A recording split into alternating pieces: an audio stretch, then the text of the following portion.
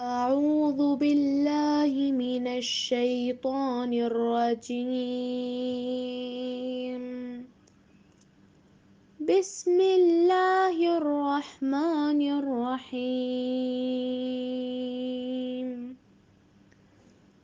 ياسين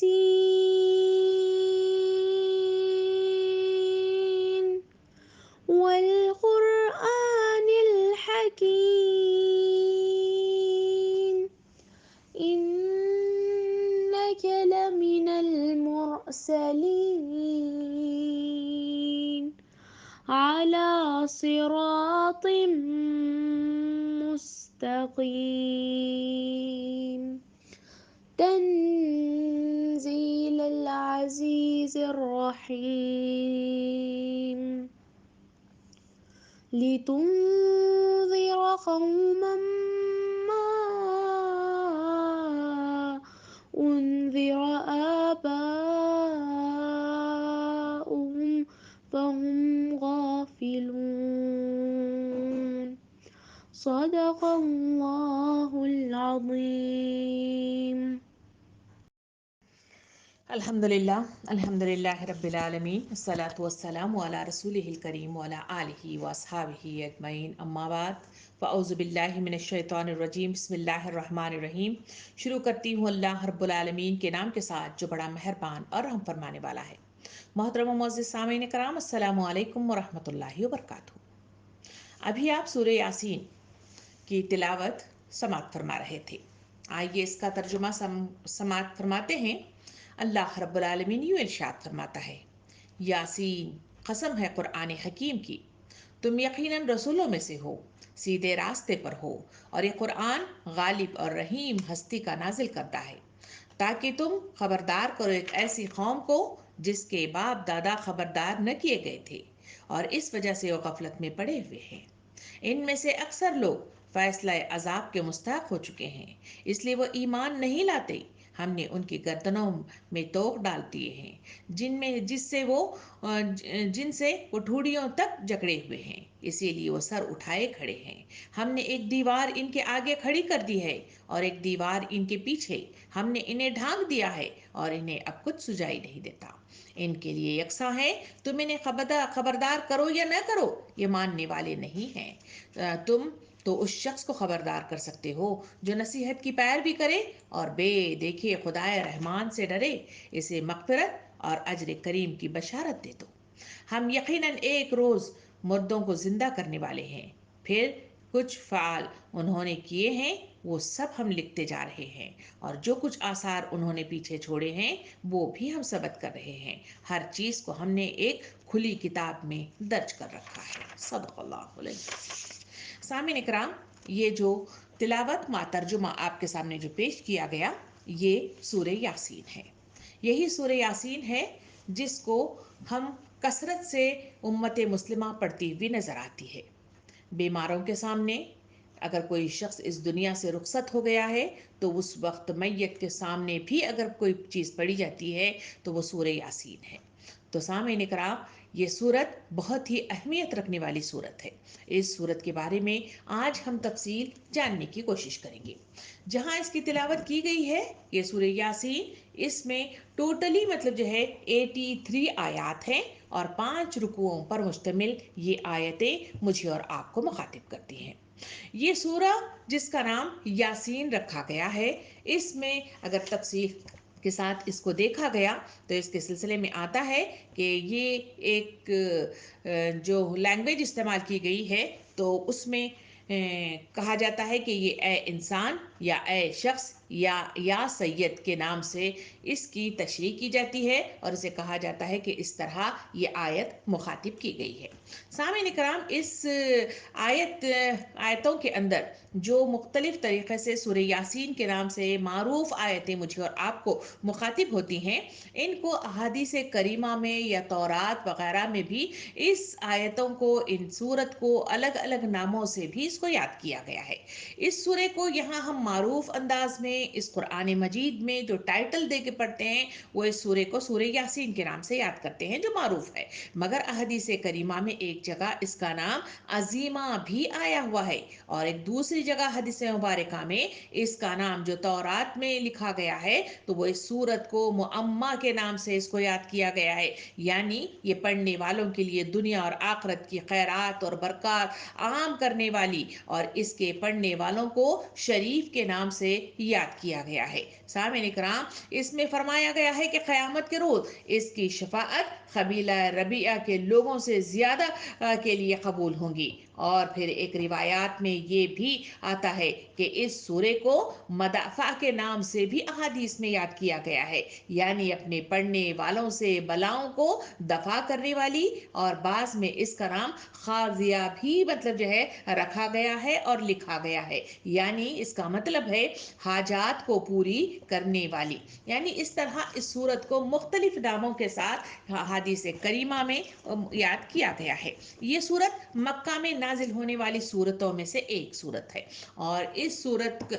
کا جب نزول ہوا وہی وہ مکہ کی وہی وادی تھی جہاں نبی کریم صلی اللہ علیہ وسلم حق کا کلمہ لے کر بلند ہوئے، اور اس کے نتیجے میں وہاں کفار و مشرکین نے آپ کا ساتھ نہ دینے کا تہیہ کیا ہوا تھا، اور ہم نے سیرت میں بڑی تفصیل کے ساتھ دیکھا کہ کس طرح کفار و مشرکین نے اپنی جان پر بازی لگا کر نبی کریم صلی اللہ علیہ وسلم اور دین مبارکہ کو روکنے کی حتی الامکان کوشش کی تھی، اس کے لیے ظلم و ستم بھی ڈھایا جا رہا تھا، اس کے سلسلے میں نبی کریم صلی اللہ علیہ وسلم پر الزامات بھی ڈالے جا رہے تھے، مختلف قسم کی بھبکیاں بھی کسی جا رہی تھی، اور مختلف طریقے سے روکنے کے لیے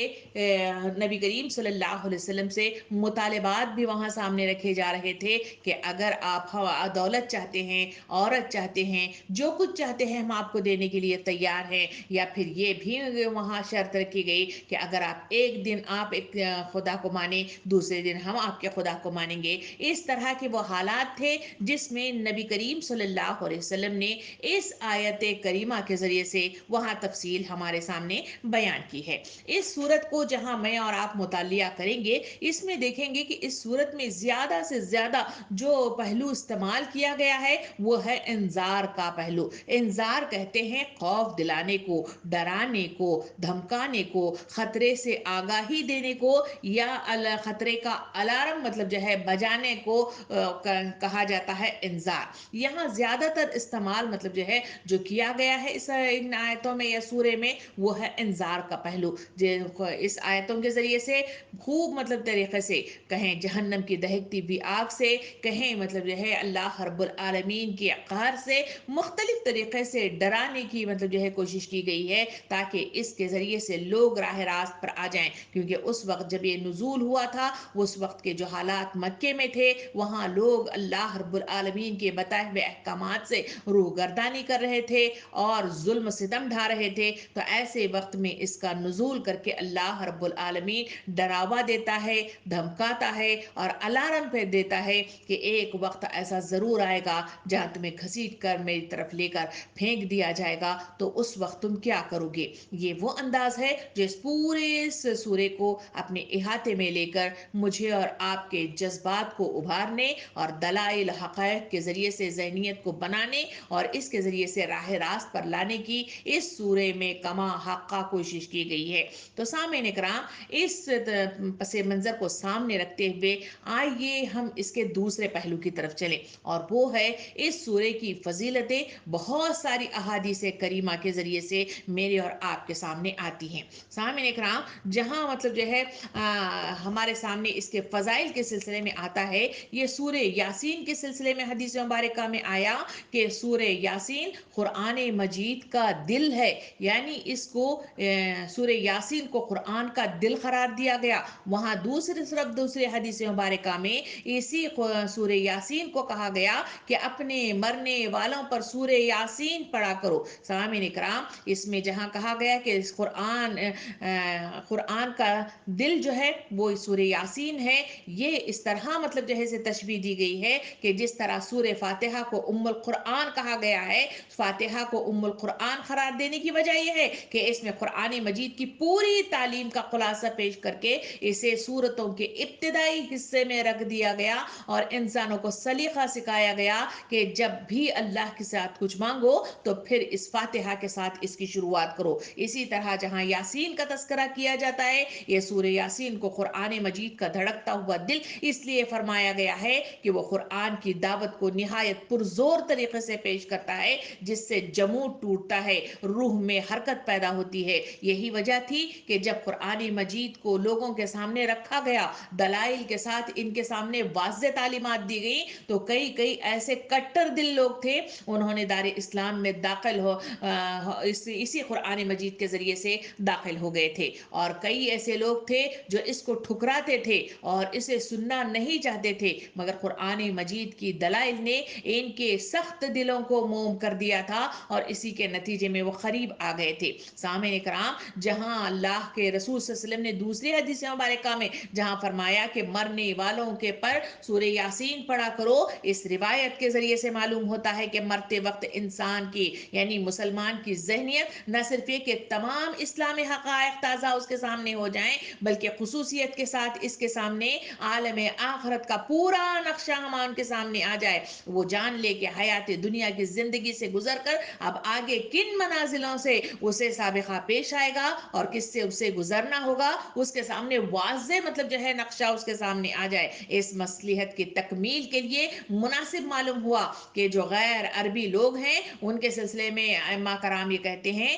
کہ صرف مطلب جو ہے وہاں سورہ یاسین پڑھنا ان کے لیے کافی نہیں ہوگا، بلکہ ترجمے کے ساتھ بھی ان کے سامنے پڑھا جائے. عام طور پر جو غلط فہمی کا لوگ شکار ہو جاتے ہیں، وہ سورہ یاسین اس وقت پڑھتے ہیں جب روح آسمان پر پرواز کر چکی ہو. میتوں کے سامنے پڑھی جانے والی یہ سورہ یاسین نہیں ہے جس کا تذکرہ اس حدیث کے ذریعے سے کہا گیا کہ مرنے والوں کے پر سورہ یاسین پڑھا جائے، بلکہ ان کے سلسلے میں کہا گیا جو اس وقت سکرات سے پہلی والی کیفیت میں مبتلا ہیں اور اس وقت وہ اللہ کی طرف مطلب جو ہے لو لگائے ہوئے ہیں اور اس وقت مطلب ان کا آخری لمحات ان پر آ گئے ہیں، تو ایسے اوقات میں انسانوں کو راہ راست پر لانے اور ان کی طرف سے پورا وہ نقشہ جو قیامت کے میدان کا یا اللہ سے ملاقات کا یا روح کو اللہ کے حوالے کر دینے کا جو مرحلہ ہے ان کے سامنے پوری طرح ہے. اس لیے کہ سورے کے اندر وہ تمام کیفیات کو واضح انداز میں پیش کیا گیا ہے کہ جس کے ذریعے سے آدمی وہ پورے نقشے کو دیکھ سکتا ہے کہ جہاں روح پرواز کرتی ہے تو اللہ رب العالمین کے پاس جب وہ پہنچتا ہے تو اس کی کیفیات کیا ہوں گی اور کس طرح سے وہ دوچار کیا جائے گا. اسی وجہ سے کہا گیا کہ ایسے لوگوں پر سورہ یاسین پڑھا کرو تاکہ ان کے سامنے نقشہ کلیئر ہو جائے اور ہو سکتا ہے کہ اگر وہ توبہ اور استغفار کریں تو جیسے کہ حدیث مبارکہ میں آتا ہے کہ سکرات سے پہلے کی جانے والی دعا اللہ رب العالمین قبول کرتا ہے اور پچھلے سارے گناہوں کو جتنی اخلاص للہیت کے ساتھ وہ کرتا ہے اسی کے نتیجے میں اللہ رب العالمین اس کے سارے گناہوں کو معاف کر دیتا ہے. سامعین کرام، اتنا ہی نہیں ہے بلکہ اس سورت کی فضیلت کے سلسلے میں مزید احادیث مجھے اور آپ کو یہ آگاہی دیتے ہیں جس میں نبی کریم صلی اللہ علیہ وسلم نے بیان فرمایا کہ ہر چیز کا دل ہوتا ہے اور قرآن کا دل یاسین ہے، اور جس کسی نے یاسین پڑھی اللہ تعالیٰ اس کی تلاوت کے بدلے 10 قرآن پڑھنے کے برابر اس شخص کے نام اعمال میں اس کو لکھ دیا جائے گا. یعنی یہ اتنی پاورفل مطلب آیات ہیں کہ نبی صلی اللہ علیہ وسلم نے اس حدیث مبارکہ کے ذریعے سے مجھے اور آپ کو بتلایا کہ 10 قرآن پڑھنے کے برابر اجر و ثواب نام اعمال میں لکھ دیا جائے گا. تو سوال یہ پیدا ہوتا ہے کہ آخر ایسی کیا چیز ہے کہ 10 قرآنوں کے برابر نیکیاں نام اعمال میں جمع ہوں گی. سامعین کرام، قرآن مجید کے اس سورت کے اندر اللہ رب العالمین نے توحید کا اتنا بہترین نقشہ دلائل اور حقائق کے ذریعے سے ہمارے سامنے پیش کیا ہے کہ جس کے ذریعے سے آدمی ان حقائق کو اگر وہ جان لے تو وہ دار اسلام میں داخل ہی نہیں بلکہ استقامت اور عزیمت کے ساتھ وہ وہاں پہ کھڑا رہے گا اور اس کے لیے جو دوسری منزل ہے وہ آسان سے آسان ہوتی چلی جائے گی اور اسی کے نتیجے میں آدمی اللہ کا برگزیدہ بندہ بن سکتا ہے. اسی کے نتیجے میں وہ تقوی اور پرہیزگاری اختیار کرتا ہے اور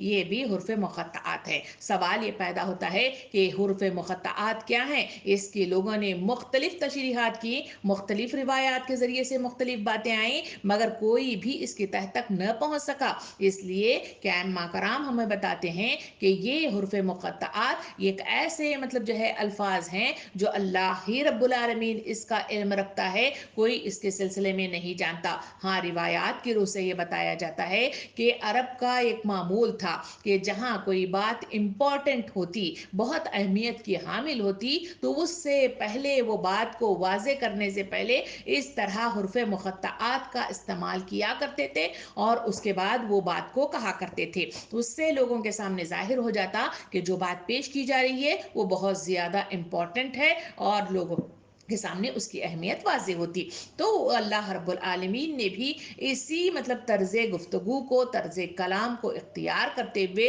لوگوں کے سامنے ان کے کلام کو واضح کیا ہے اور وہ حروف مقطعات کی شکل میں ہے. تو سورہ یاسین جہاں لفظ استعمال کیا گیا ہے یہ بھی حروف مقطعات ہیں جو میرے اور آپ کے سامنے آئے ہیں. نمبر دوسری اور تیسری اور چوتھی آیت میں ملا کر اگر پڑھا جائے تو اللہ رب العالمین ارشاد فرماتا ہے یہ قسم ہے قرآن کریم حکیم کی کہ تم یقیناً رسولوں میں سے ہو، سیدھے راستے پر ہو، اور یہ قرآن غالب اور رحیم ہستی کا نازل کرتا ہے. یہ 3 آیتوں پر مشتمل یہ ترجمہ آپ کے سامنے پیش کیا گیا. اب ہم اس کی شروع، اس کی تفصیل اگر دیکھنا چاہیں تو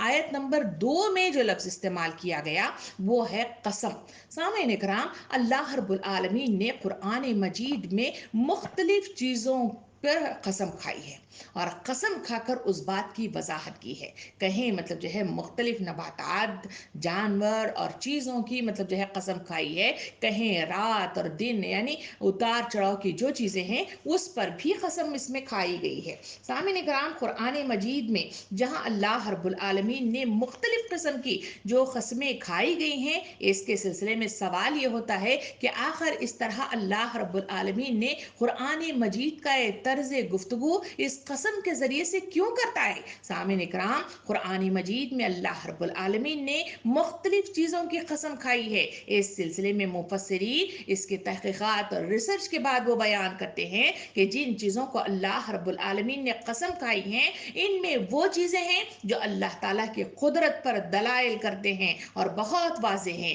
یا ان کا نفع خوب زیادہ ہے، یا جن پر غور و فکر کرنے سے اللہ کی وحدانیت پر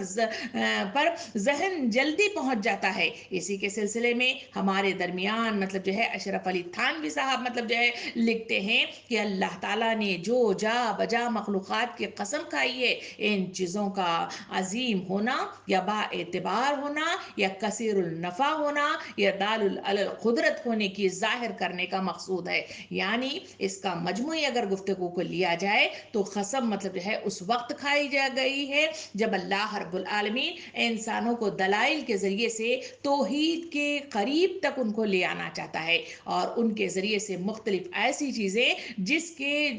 بات ہمارے سامنے واضح ہونے کی یا جس پر اللہ رب العالمین نے قسم کھائی ہے تو وہ انسانوں کی سمجھ کے لیے آسانی کے ساتھ پہنچ جائے اور ان کے ذہن کو کھل جائے، اس کے لیے اس طرح کی قسم کھائی گئی ہے. سامعین اکرام، قرآن مجید کا یہ انداز ایک نرالا انداز ہے جو انسانوں کو حقائق تک پہنچانے میں اہم کردار ادا کرتا ہے. جیسے انسانوں کو مطلب جو ہے قرآن مجید ہی میں رات اور دن کی قسم کھائی گئی ہے. یہ رات اور دن کا اتار چڑھاؤ اور ایک کے بعد ایک کا ایک پر وارد ہو جانا اور اس میں تغیر نہ آنا، اس میں کوئی تبدیلی نہ آنا انسانوں کو اس بات پر مطلب جو ہے سوچنے پر مجبور کر دیتا ہے کہ ہاں ضرور ایک ایسی ہستی ہم پر کار فرما ہے جو اپنی پوری اختیارات کے ساتھ اس کو اپنے کنٹرول میں لیے ہوئے ہے. اگر یہ اختیارات کسی اور کے اگر کسی کے ہاتھ میں نہ ہوتے تو اس طرح مطلب جو ہے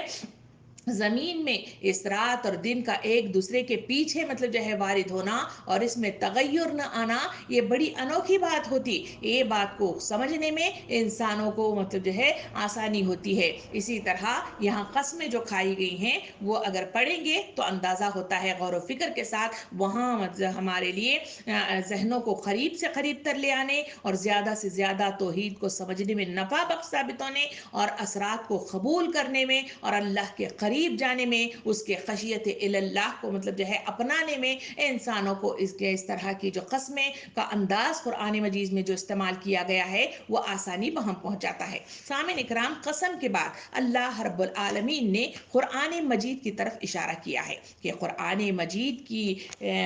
قرآن حکیم کی تم یقیناً رسولوں میں سے ہو. یہاں مخاطب نبی کریم صلی اللہ علیہ وسلم ہے. جہاں لفظ یاسین استعمال کیا گیا ہم نے اس کے معنی مطالب میں دیکھا، اے انسان، اے شخص یا سید کا لفظ استعمال کر کے اس کے معنی میں کہے گئے تو اس کے جو مخاطب ہیں وہ نبی کریم صلی اللہ علیہ وسلم ہے اور اس کے ذریعے سے امت مسلمہ کو مخاطب کیا گیا ہے کہ اے لوگو غور کرو، سوچو بچارو، وہ دیکھو کہ تمہیں اللہ رب العالمین نے قرآن مجید جیسی ایک ایسی نعمت عطا فرمائی ہے جس کے ذریعے سے تم اللہ کے قریب ہو سکتے ہو. سامعین اکرام، قرآن مجید کے سلسلے میں آتا ہے کہ حدیث مبارکہ میں آیا، نبی صلی اللہ علیہ وسلم نے ارشاد فرمایا کیا تم میں سے کوئی شخص چاہتا ہے کہ جب وہ اپنے گھر والوں کے پاس لوٹ کر جائے تو وہ دیکھے کہ ان کے یہاں 3 حاملہ اور بڑی جسیم اور